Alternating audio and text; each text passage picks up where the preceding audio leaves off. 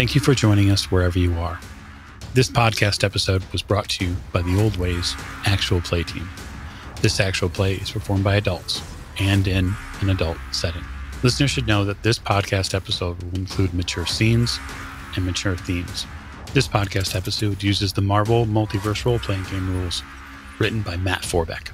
All content, including names, places, companies, and etc., which may bear resemblance to entities living or dead, is strictly coincidental. And now, on to our show.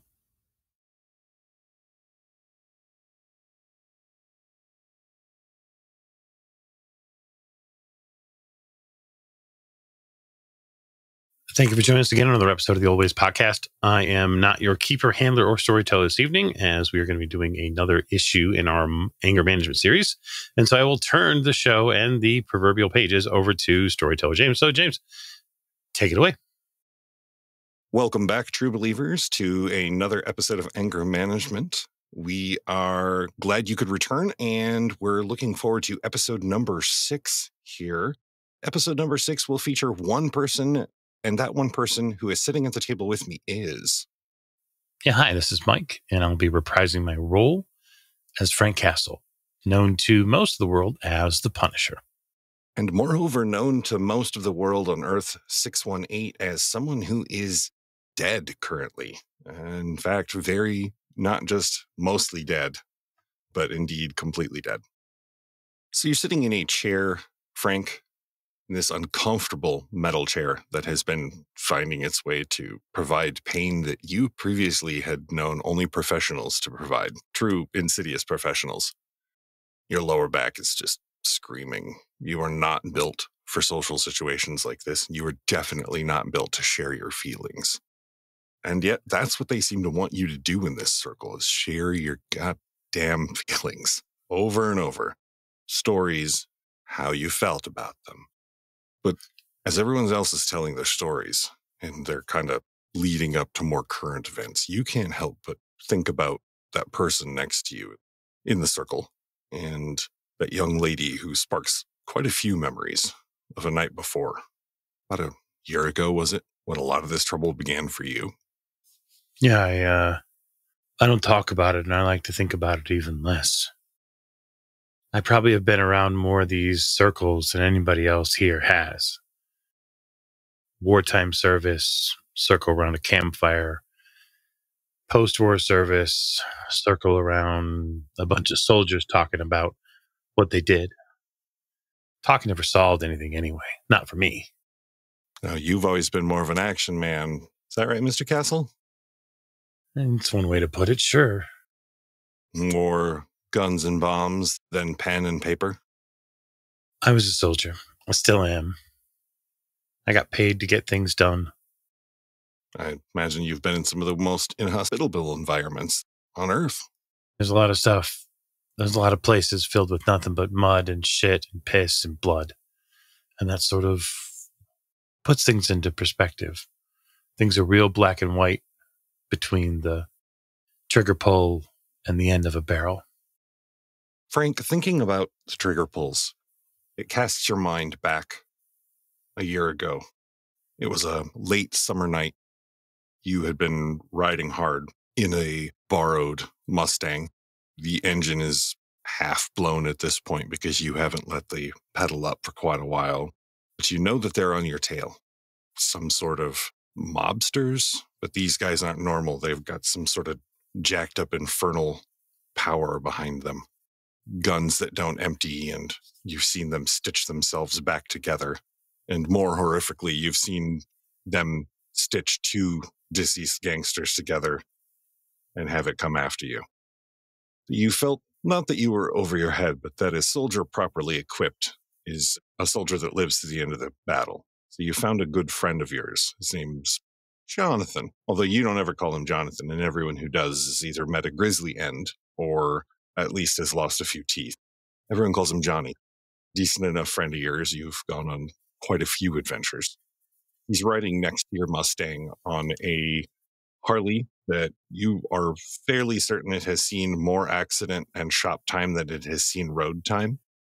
but fire belches from the pipes behind you as you are laying out the hammer. He points off the roadside stop. It's like a small hotel.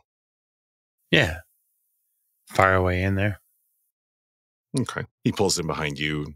After a few minutes, he parks the bike next to the car, hops off, pats the bike, and walks over to the car. I'll ease the ignition key into the off position and sort of let the Mustang preemptively die, as it's likely on one of its last legs. Oh, yeah. There's that telltale, even after you've turned the engine off, that telltale ticking of an engine that is far too hot as it ticks and pops and things resize in the tepid air in comparison to the heat of the engine. Johnny comes over. I'm surprised you could keep up with me. Yeah, this American muscle's got a little life left in it. I hop out of the car. Oh, he crouches down, kind of pats the fender. Oh, poor baby. Well, your sacrifice was not in vain. He stands back up. Thanks for calling me, Frank. This is, it's been fun, I gotta say. It's been a while since I've been out of the shop. I don't do a whole lot of team-ups, but you're pretty good. Well, I have a certain specific set of skills. He does an extremely bad Liam Neeson. You with the impressions again. I go to the back trunk of the Mustang, open it up, let all the wonder of steel and gunpowder glory. Oh, that is gorgeous, Frank. Where'd you get this? Most of it's surplus, but some of it's special order. He picks up a fully automatic with an underbarrel grenade launcher. He kind of slides a hand down it. This is not surplus. This is a thing of beauty. Oh. We're dealing with the things that we deal with. We need the proper tools to get the job done. Speaking of, he nods off toward the highway.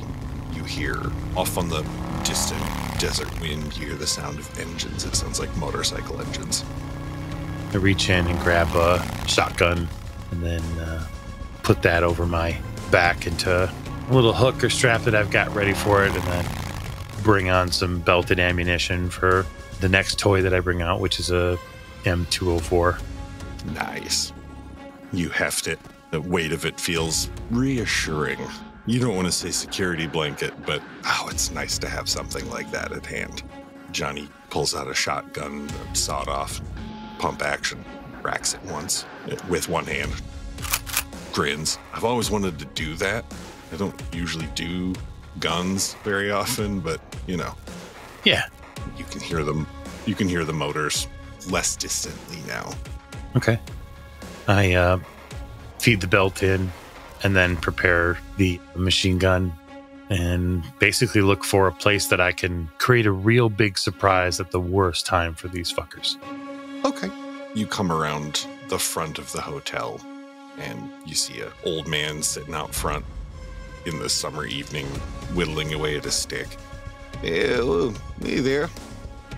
What you got there? His eyes get real wide. I think you should go inside. I think it's good I paid my insurance today. Well, don't worry, there wasn't nobody here but you guys and me anyway. Gets up off the porch and he kind of shuffles inside with a hip you can hear clicking from here. He locks the door and turns off the vacancy sign so that the lights of the hotel turn off. Good. That's how I like it. I rack the 204 and set things right. Johnny steps out into the middle of the street. Says, you're going to set up for ambush? You want me to take point? Yeah, go ahead. You can wake him up. I'll put him to sleep. You got it. His shoulders and the top of his head begin to smolder. If you smell the unmistakable smell of burning hair and flesh as it evaporates off of his skull in seconds. Regardless of the number of times you see that, it's still disgusting and even to you a little bit horrifying. You have seen some shit like that when you were overseas, but the guy didn't keep swinging chains. Yeah, just thank Christ he's on my side. All right, Frank, let's do this. A flaming logging chain appears in his hand and writhes across the pavement as if it were a live snake. You can definitely see motorcycles. You think you maybe see a couple of larger cars behind it as you realize that perhaps the best vantage point is going to be on top of the office for the hotel. Yeah, that's where I'm headed. Takes you just a moment or two off of the roof of the Mustang. You weep for the big dent footprint that you put in the hood as you use it to launch up onto the top of the hotel itself. Moments later, the street outside is filled with 19 total motorcycles that pull up. As they pull up, they don't look like your traditional bikers. These guys are all wearing various bondage gear face accoutrements with goggles. You don't see an inch of skin on any of them, and all of them are carrying some pretty nasty looking weapons. The backs of the jackets that you can see from up here, they just say the Disciples. All right.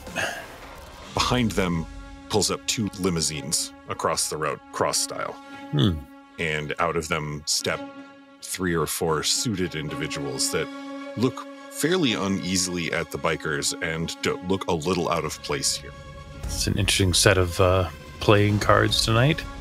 I'm going to remember that there's an awful lot of fun toys and things in the Mustang. Hopefully I can get back to it. You hear the men below talking to the burning man who's standing out in the street, who you are, again, quite glad is your friend as he nonchalantly whips this burning chain back and forth. You hear them loudly, some sort of exchange, perhaps a soul or a number of souls or a traffic in souls, something like that. But the discussion does not seem to be going well. And you see Ghost Rider step back with his right foot into more of a defensive physical position rather than a negotiation position. Not that he was exactly negotiating, more of a get the fuck out of here. Okay. I'm going to look for the bikes themselves, tactically speaking, are bad for cover. Quite. The limos, on the other hand, present a fairly sizable target, which is great. It's also the only thing that could potentially hold people if they tried to get out of here. And so I'm going to just hold half a breath and wait for Johnny to sort of whip that chain long enough to get to some of these guys that are on the bike. And then I'm absolutely going after the first limo I can find. Okay. You don't have to wait long. It's a moment or two before he reaches back and the burning chain becomes a flaming arc of almost solid fury and brimstone and cuts through 4 or 5 of these biker entities. As it cuts through them, they shriek and begin falling apart, like chunks of them fall apart and dissipate into the wind. You now realize that they are some sort of magic thing, like most of Johnny's world. But that also makes you feel a lot less bad about wasting bullets on them. Well, luckily, I got a few bullets to spare, and I let that machine gun just rip. All right, you stand up on one foot on the edge of the hotel roof, which has a little lip so that you can get a decent advantage, and you let hot lead rain down upon this street like the wrath of God itself. And you feel good doing it, because there's not a single person out there that doesn't deserve at least 20 of these things. You tear through the belt over the course of, I would say, seconds? Probably doesn't take long. Yeah, with a few pauses to readjust and, oh, there's a cluster over there I missed, and let's paint some over here a little. You feel like a burning lead Bob Ross. It's fantastic. You could do this for relaxation. I probably do this for relaxation. Right. So you see in short order that Johnny has decided to take about half of the bikers on himself that have pulled out weapons and are attacking him physically. But this is definitely your chance for heading to the limos. Yeah, then that's where I'm going. I'm going to head to the limos by way of the Mustang, and I'm going to see if I can reappropriate a grenade or a flashbang or something from the trunk quick. You grab 2 grenades, and you have opportunity to grab probably 1 small to medium-sized weapon if you want. Yeah. I mean, I've got the shotgun on my back, but yeah, I'll literally just randomly reach my hand in there after grabbing the grenades, find something that has a pistol handle and pull it out. All right. It's a 45. That works. All right. So you take a slightly circuitous crescent route towards the limousines, and you can see that the guys in the limousines most of them are on cell phones right now, talking about what to do as they are way out of their depth. Frank's plan is to fast approach one of the limos, probably empty 2 or 3 rounds into one of the back limo windows, passenger side or driver side, depending upon how it's facing. And then that first grenade's going in, because it is literally pre-made chunky salsa effect inside an enclosed compartment. Oh yeah, you're gonna be microwave cooking there without poking holes. So you sidestep up onto the back of this limousine, 3 shots into the back window and where you assume people are going to be sitting. And then in the hole that the 2 shots on the left side make, you just pull the pin and stuff a little Easter egg in there for them to find in a few minutes. You hear it hit the ground inside, and then you hear muffled, loud, and panicked shrieking and scrambling from inside before it is followed by a sound as the windows break and fire erupts from the underside as everything inside of it turns to ragu. Oops. I head to the next one.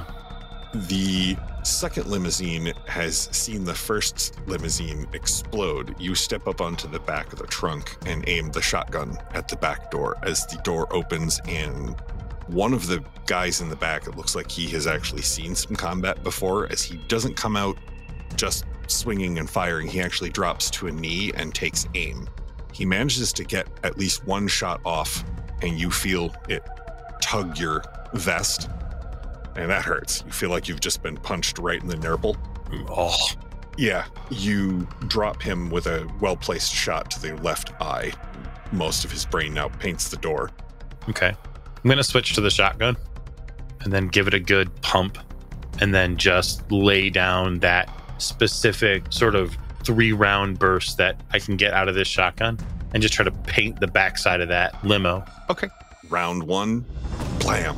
Since the windows in this are obviously not bulletproof, it tears through the glass like it wasn't even there, and the side of the head of somebody who was currently trying to get out of the back of the limo. The second and third shots finish off the 2 other guys in the back. You go to rack the shotgun the 3rd time, and you're having a little bit of a hard time getting your left arm to rack the shotgun. You look down and realize that that slug that hit you did not hit your vest. Oh. So you got like shoulder tendon clipped? Yeah. Okay. It's starting to blossom a little bit on your shoulder. Yeah. And you got some tingling in your left fingers right now. I'll push the meat of the shotgun over to my right arm, and I will 1-arm rack pump the shotgun. Okay. Maybe step left and hit the driver's window. You step left and you shoot the driver's window. Neatly open it, we'll say, with the slug that goes through it turning the glass to flechette as it comes through, and the driver and the passenger are both severely lacerated. The driver is immediately killed. The passenger, you hear them screaming about their face and the glass in their face, and I can't see, and their screaming kind of dwindles off into a gurgle after just a few seconds. You don't feel bad. They shouldn't have worked for assholes. That's right. Behind you, you hear the whip cracking of Johnny's chain as the fires burst behind you left and right. You turn around to see that they are actually closing in on Johnny and that he's actually not doing quite as well as he could be. He's resorted not only to chain fighting, but he's now punching some of them with just his fists. Yeah, he's probably just getting overwhelmed. The nice part about this for me is I can shoot into that melee area with the 45, and I don't really have to worry about hitting him. That's true. At least not as much. You've seen him take shotgun and handgun rounds before without pretty much any ill effect. Yeah, I'm gonna work to basically like I would do with any sort of coming from behind position. I'm gonna begin working a specific cone to give him an opening, right? So that way he isn't surrounded anymore. So it's precise shots with the 45. I mean, likely in into people's backs. It doesn't really matter to me. You're hitting them in the backs of the brainstem, your top upper back. Frank is slightly crouched as he moves. One pump, fire, one pump, fire. The shells, you hear them with their hollow clank as they hit the ground behind you. It's a little difficult because you have to keep tucking the butt of the shotgun under and cocking it that way or doing the one-hand pump, but you find yourself back to back with Ghost Rider. The flames occasionally lick the back of your head, but they don't burn, and you don't have time to wrap your brain around how that has worked. The burning skull looks back at you. You know a lot more about Jonathan Blaze's dental work than you know about your own. That sounds about right. This doesn't look good, Frank. No, it's bad news. It's bad news. It's bad news. We ain't done yet, though. He takes the handgun from your holster, and you see flames envelop it as it grows an extra 4 inches and this gnarled pattern down the barrel. And he begins firing belches of fire from this gun. I don't think this is going to work when I'm done. As it's belching like fire and brimstone, and it sounds a lot like a scream every time he pulls the trigger. Yeah, it doesn't have to work when it's done. It's just got to take down these bastards. The fight drags on. You can feel you are starting to get woozy as you can feel this wet dripping down your left hand and onto the pavement below. Ghost Rider's flames are flickering as you see more motorcycles showing up. You think to yourself, you're not entirely certain that you have another, and that's when it happens. It's a shot not from the front, but from the back. Something hits you in the back and hits you hard. You tumble forward onto the pavement. You see Johnny above you as it looks like some sort of spear goes through his chest.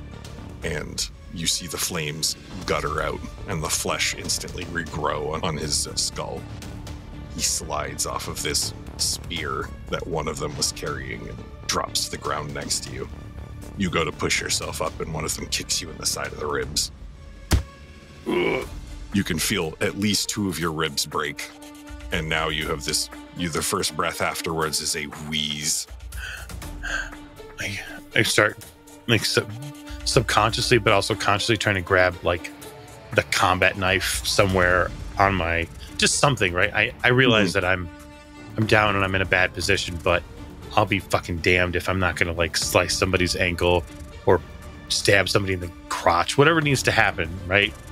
So as you reach and you manage to pull the combat knife out, and Johnny is talking to you, you can barely hear it. He's saying something about his family and that he wishes he'd been better to them. His cousin, his niece, his sister, he's saying some end of the game kind of stuff here. As you manage to pull the knife out of the sheath, a fine leather shoe forces Frank's wrist to the pavement. The knife skitters out of it. The shoe belongs to a fine suit. You're not sure from where, but you can definitely tell it costs more than you used to make in a year. And a gentleman leans down to you. He's on his cell phone. That's how much you mean to him, is that he doesn't even seem to want to pause his phone call. Absolutely, sir. Oh, I have him right here. Oh, this is definitely him. Mm-hmm. Absolutely. And you see he's wearing fluttering in the breeze is a lanyard with a blue R on it. Well, they served their purpose. Both the gangsters and the bikers, those savages. They all served their purpose. We got what we wanted. That's right, he's dead. He reaches into his pocket and pulls out a 9mm that looks like it was maybe purchased just for this. And he points it at you. We've been hunting you for a long time, Mr. Castle. You're bad for business, you see. And everything is dark and quiet and peaceful. And you're done. Finally done. You don't have to do anything else. You exist in this moment. You don't know how long. But for a moment, you're obligation-free. You're guilt-free. But you're also free of any connections. Until a sliver of light appears and you hear Waylon Jennings. Like a moth to a lamp, you are drawn to the light and you find yourself tumbling through a set of doors one, then the other, glass doors with the stainless steel, aluminum handles on them. You find yourself in a little honky-tonk bar. It smells of peanuts and booze and a little bit of sadness. Old aftershave. Oh, it's Aqua Velva. There are two people here. There's a guy behind the counter polishing glasses, and there's an older fellow sitting at a two-person table. He looks like he's playing solitaire. What am I wearing? You're wearing what you were wearing. It's tattered and it's torn, but there are no bullet holes in it. It smells musty, like you've been in a basement for a while. Where am I? Who are you talking to? Just the bartender? He looks up at you with a sparkle in his eye, kind of smiles, gestures to the bottles behind him, raises an eyebrow. I think he's asking you if you want a drink. Yeah, sure. Jack Daniels. Neat. Bartender smiles in a very gentle, surprisingly gentle and kind of magnanimous way. Pours you a Jack Daniels neat, exactly 2 fingers, hands it to you. I drink up.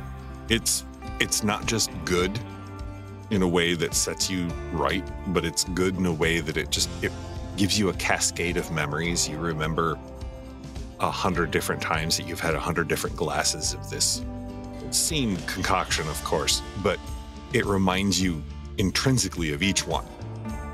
You remember the conversations. You remember how the little bits of them made you up. It's good stuff. You hear a chair squeak behind you. You look over and the old timer has used his foot to slide the chair out for you to sit.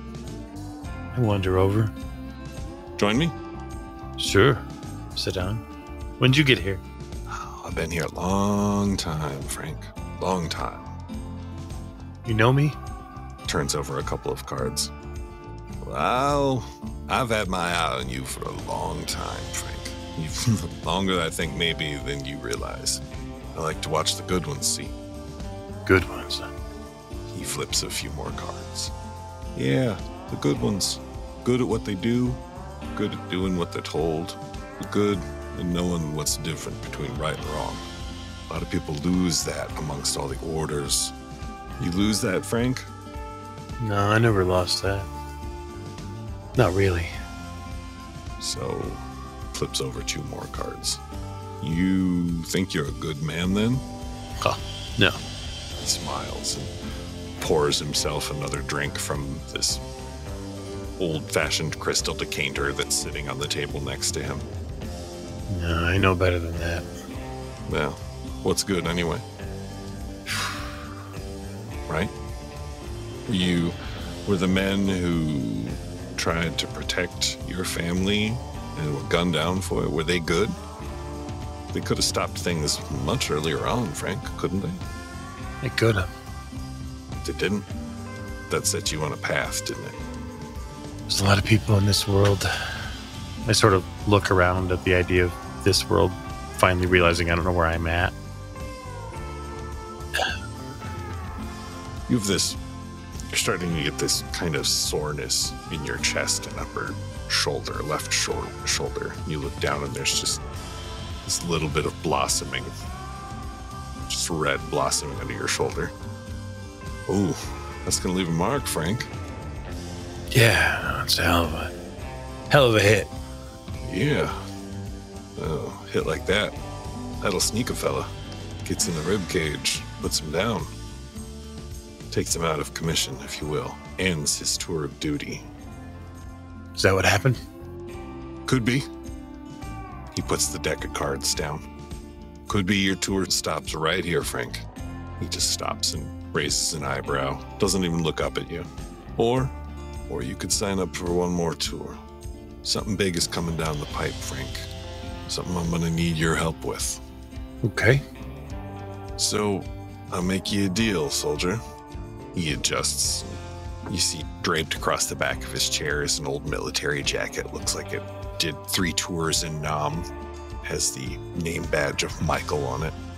You sign up for one more tour and I'll send you back. What you do until the end of the tour, as long as you get the mission done, is of no concern to me. What about afterwards? Well, no tour lasts forever, Frank. Well, that's for fucking sure. But you go back with the same thing that you had before. Chances of dying every day when you walk across the street. Every time you pull up to a drive-thru. Hell, when you have a sip of coffee in the morning. I ain't promising you anything more than that. As long as you do me this solid, though, I'll give you the chance to go back. How's that sound, soldier? You see him rummaging in a bag next to you that's sitting on the floor next to him. I think Frank sits back for just a second as the guy rummages through the bag, and he takes the rest of his drink and sort of swirls it around and thinks about Maria and thinks about business yet unfinished. And then he grits his teeth and drinks the last of the Jack Daniels and puts the drink down with a resounding sort of thud on the table. I'm game.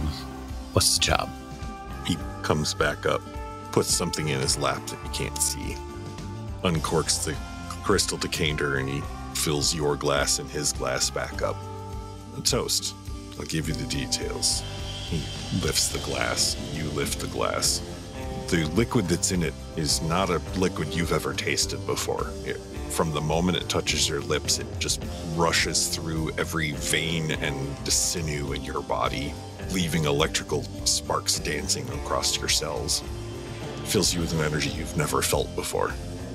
Says, there's something coming, Frank. Something coming from somewhere else. Somewhere even I can't go. When it gets here, I'm going to need some people. Special people. On your side that can do the job. The job that you're good at. The job you were built to do, Frank. Can you do that for me? I can do that for you. He reaches out his hand, and as if to shake your hand. Yeah, it seems reasonable. You go to reach, and something clatters out of his hand onto the table, rolls and drops into your lap. You look down, and the pineapple-like bumps of the grenade that has landed in your lap are unmistakable. You look up just in time to Michael to smile with his benevolent face and say, then welcome back, Frank. There's a resounding explosion that sounds like the creation of everything, and you find yourself in a box. You press on the lid of the box and it opens. You find yourself in maybe a morgue. A wide incision has been sewn in your chest, but it has already healed to a scar. You look at a table next to you and there's pans of organs that are quickly drying up and turning to a fine powder. Fuck me. You hear echoing through your mind and possibly through the empty halls behind you. Welcome back, Frank. And that's where I'm going to call it for tonight. Thank you, Mike, for joining us, and thank you, listeners, for joining us. We deeply appreciate your attention, and if you would like to support us in any fashion, I would suggest check out our Patreon, patreon.com/theoldways, where we have some amazing stuff that's just for those faithful few. Thank you, ladies and gentlemen, and good night.